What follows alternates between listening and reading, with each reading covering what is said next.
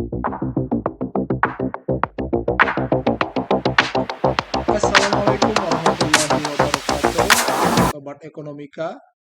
Jumpa lagi di channel Resensi Ekonomi. Hari ini saya akan meresensi sebuah buku yang berjudul Global Economic Prospect. Buku ini merupakan laporan tahunan dari Bank Dunia yang baru saja dirilis Januari tahun 2025 ini. Setidaknya ada 3 poin penting yang menarik untuk kita ketahui dan kita diskusikan di dalam laporan Bank Dunia ini. Yang pertama adalah terkait tentang peluang-peluang ekonomi yang bisa dimanfaatkan oleh negara-negara berkembang dalam meningkatkan pertumbuhan ekonominya.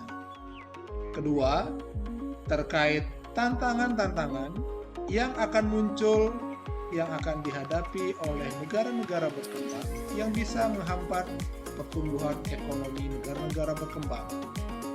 Dan yang ketiga adalah strategi bagaimana negara-negara berkembang dapat memanfaatkan peluang-peluang tersebut dan bagaimana negara-negara berkembang dapat menghindari atau keluar dari tantangan-tantangan ekonomi yang akan muncul di tahun 2025 ini. Nah, Sobat Ekonomika, kita akan mulai membahas tantangan-tantangan apa saja yang muncul di tahun 2025 ini. Yang pertama adalah rendahnya pertumbuhan ekonomi, khususnya bagi negara-negara berkembang. Menurut Bank Dunia, pertumbuhan ekonomi yang rendah ini masih terkait dengan dampak dari pandemi COVID tahun 2019 lalu.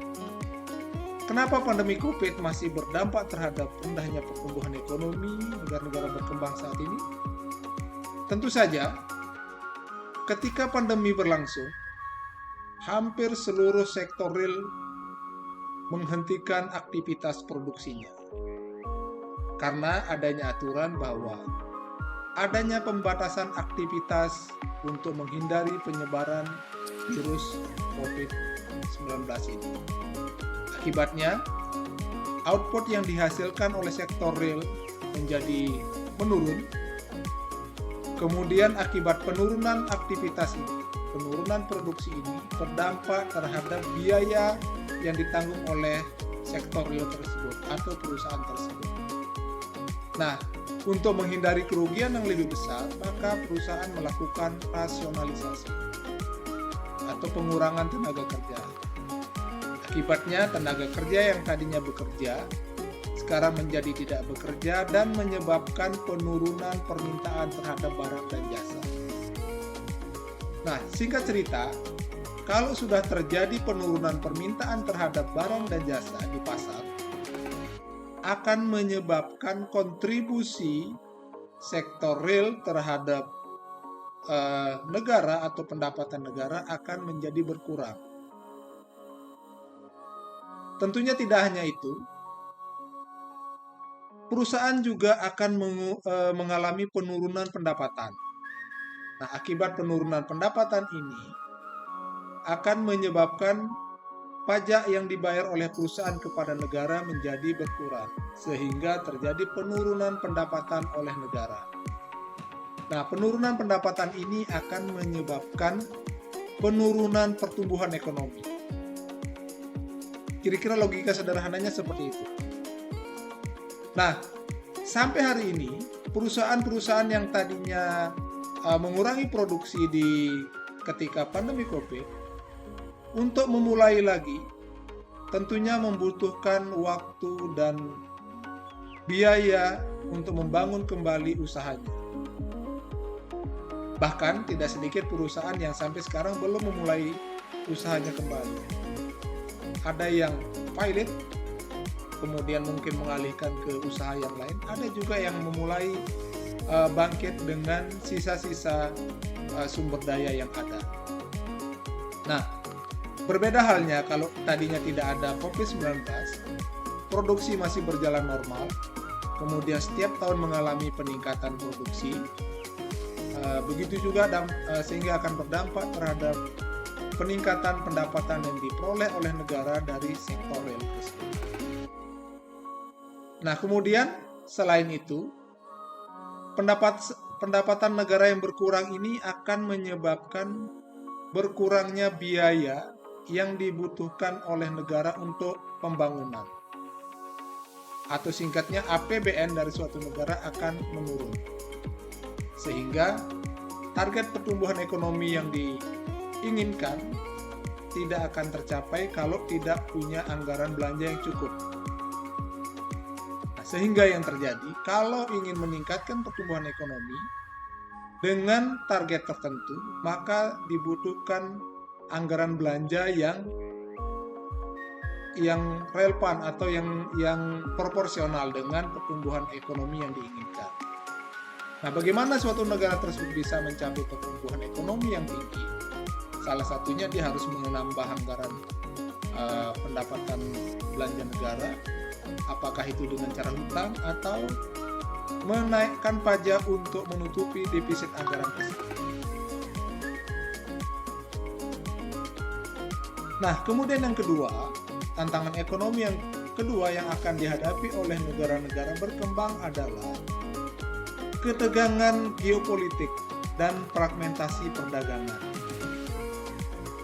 Nah, sampai saat ini kita masih menyaksikan adanya ketegangan antara Rusia dengan Ukraina, dan beberapa negara di Timur Tengah masih mengalami ketegangan, termasuk di belahan benua yang lain. Nah, kondisi ini tentu saja akan berdampak terhadap pertumbuhan ekonomi suatu negara.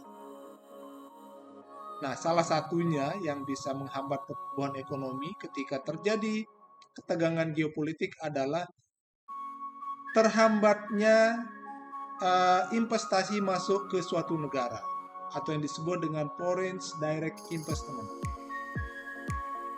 Kondisi ini tentu akan menjadi pertimbangan besar bagi para investor untuk mau melakukan investasi di suatu negara.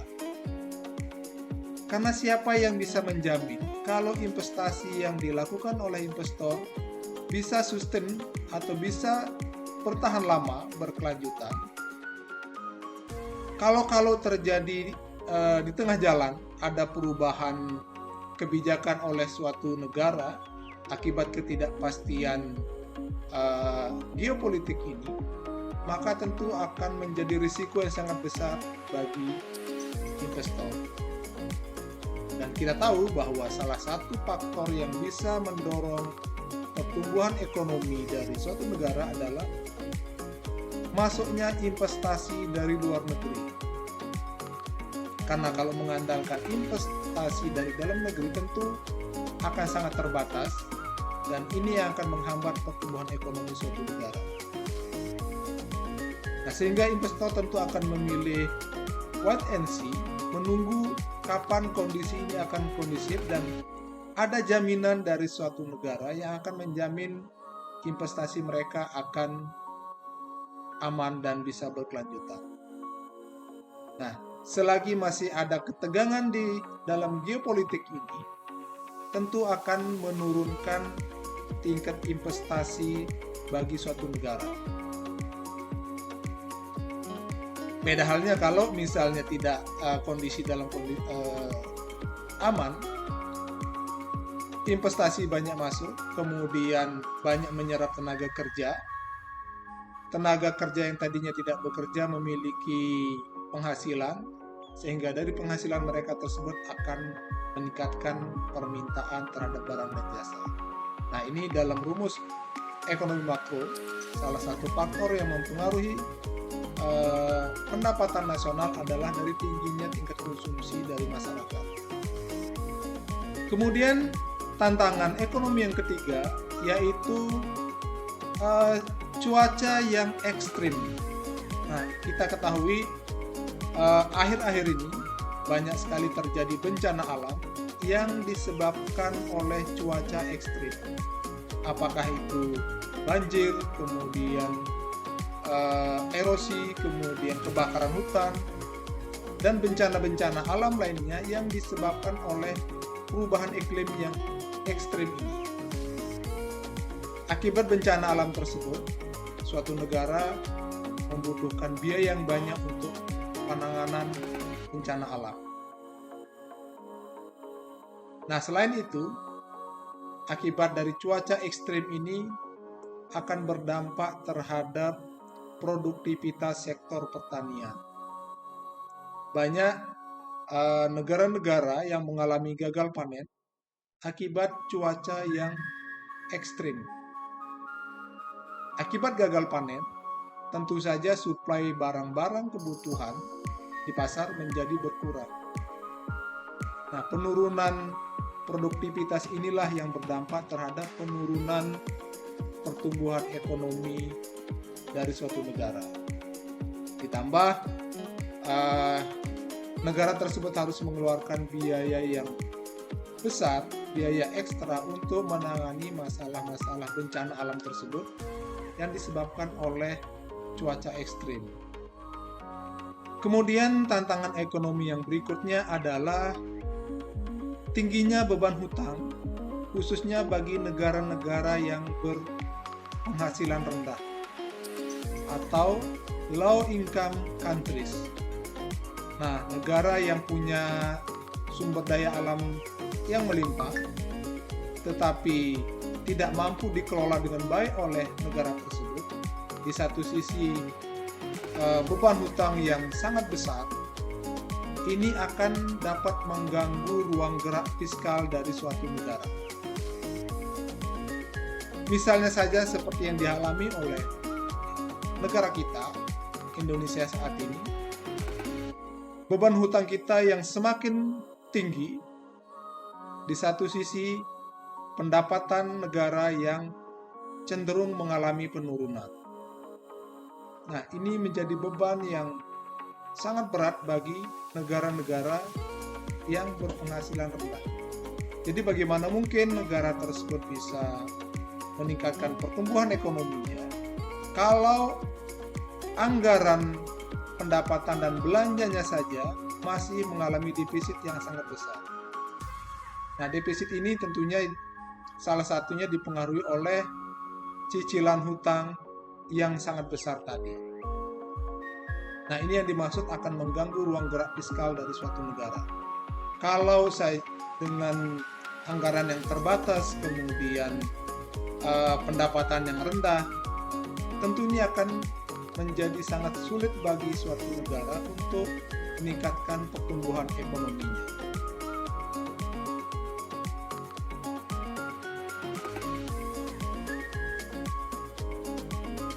Kemudian tantangan ekonomi yang terakhir atau yang kelima, yaitu masalah stagnasi dalam melakukan reformasi domestik.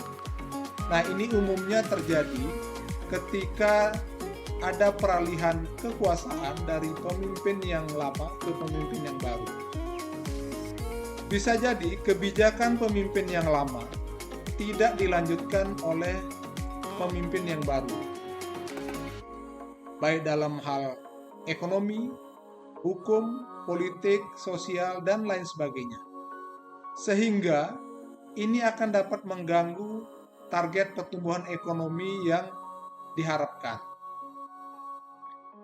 Kalau misalnya pemimpin yang baru, pemerintahan yang baru, membuat kebijakan baru yang tidak berkesinambungan dengan kebijakan yang lama, maka ini akan memerlukan waktu, kemudian biaya yang baru untuk mencapai tujuan atau target pertumbuhan ekonomi yang baru. Ini tidak hanya terjadi di Indonesia, tetapi hampir di seluruh negara-negara berkembang yang menghadapi perubahan kepemimpinan, di mana kebijakan-kebijakan pemimpin yang lama tidak dilanjutkan atau justru bertentangan dengan kebijakan dari pemerintahan yang baru. Nah, selain tantangan-tantangan tersebut, menurut Bank Dunia, ada beberapa poin yang menjadi peluang yang bisa dimanfaatkan oleh negara-negara berkembang dalam meningkatkan pertumbuhan ekonomi mereka. Yang pertama adalah yang disebut dengan dividend demografi atau bonus demografi. Sebagai contoh, kita sekarang di Indonesia sedang memasuki dividen demografi. Artinya, jumlah penduduk yang berusia produktif saat ini sangat besar, sehingga ini akan menjadi modal pembangunan yang sangat potensial kalau jumlah penduduk produktif ini bisa dimanfaatkan dengan baik. Karena diasumsikan kalau jumlah penduduk yang produktif ini semua bekerja, semua memberikan output bagi perekonomian, maka akan mampu memberikan kontribusi yang sangat besar kepada pendapatan negara. Tetapi sebaliknya, kalau jumlah penduduk produktif ini tidak bekerja, artinya menganggur, tidak ada output yang dihasilkan, maka ini justru akan menjadi beban bagi suatu negara. Negara harus menanggung, membiayai orang-orang yang tidak bekerja ini dengan anggaran negara. Nah, boro-boro pertumbuhan ekonomi yang diperoleh dengan dividen demografik yang besar ini akan berdampak terhadap penurunan pertumbuhan ekonomi. Nah, asumsinya kalau penduduknya besar, bisa menghasilkan output yang besar sehingga akan memberikan kontribusi yang besar terhadap negara. Tentunya kalau penduduk yang besar ini mendapatkan penghasilan yang besar, dia akan bisa berbelanja barang dan jasa dalam jumlah yang besar. Kemudian peluang ekonomi yang kedua yang bisa dimanfaatkan oleh negara-negara berkembang adalah adanya potensi sumber daya alam yang melimpah. Nah, sumber daya alam ini bisa menjadi tantangan, bisa juga menjadi peluang bagi negara-negara berkembang. Bisa menjadi peluang apabila negara tersebut mampu mengelola sumber daya alam yang dimiliki dengan optimal. Nah, optimal artinya negara tersebut mampu mengolah sumber daya alam yang dimiliki hingga memberikan kontribusi yang besar terhadap pendapatan negara. Nah, bagaimana caranya supaya memberikan kontribusi yang besar? Caranya adalah negara tersebut harus mengolah sumber daya alam tersebut sampai menjadi barang jadi. Tidak lagi mengekspor dalam bentuk bahan mentah atau setengah jadi, sehingga nilai tambah dari sumber daya alam tersebut bisa lebih besar, sehingga akan menghasilkan akan berkontribusi besar terhadap pertumbuhan ekonomi. Kemudian peluang ekonomi yang keempat yang bisa dimanfaatkan oleh negara-negara berkembang adalah dengan melakukan modernisasi infrastruktur. Zaman sekarang ini, teknologi informasi sudah semakin canggih, sudah semakin memudahkan orang untuk bekerja. Nah, inilah yang harusnya bisa dimanfaatkan oleh negara-negara berkembang untuk memudahkan proses kerja agar lebih efektif dan efisien. Nah, infrastruktur yang bisa memanfaatkan teknologi informasi ini misalnya aktivitas ekonomi seperti transportasi, kemudian di bidang energi, teknologi informasi, kemudian air bersih dan lain sebagainya. Fokus dari modernisasi ini seringkali diidentifikasi sebagai salah satu prioritas utama bagi negara berkembang maupun negara maju dalam meningkatkan produktivitas dan daya saing mereka. Ini menurut Bank Dunia yang harus dimanfaatkan oleh negara-negara berkembang dengan memanfaatkan kemajuan teknologi ini. Nah, dari peluang dan tantangan yang diuraikan di atas, maka Bank Dunia juga memberikan minimal ada 5 poin strategi yang bisa dilakukan oleh negara-negara tersebut dalam meningkatkan pertumbuhan ekonominya. Rekomendasi yang pertama dari Bank Dunia adalah pertama harus melakukan reformasi struktural tadi supaya birokrasi berjalan efektif dan efisien dengan cara memperbaiki beberapa kebijakan-kebijakan khususnya di bidang ekonomi, apakah itu kebijakan investasi untuk menarik investor asing atau meningkatkan efisiensi birokrasi dan tata kelola birokrasi yang bisa mengurangi potensi korupsi. Nah, kemudian yang kedua, rekomendasi dari Bank Dunia yaitu negara tersebut bisa melakukan diversifikasi ekonomi. Nah, maksudnya bagaimana suatu negara bisa mengurangi ketergantungan mereka pada produk-produk impor, karena tadi ada masalah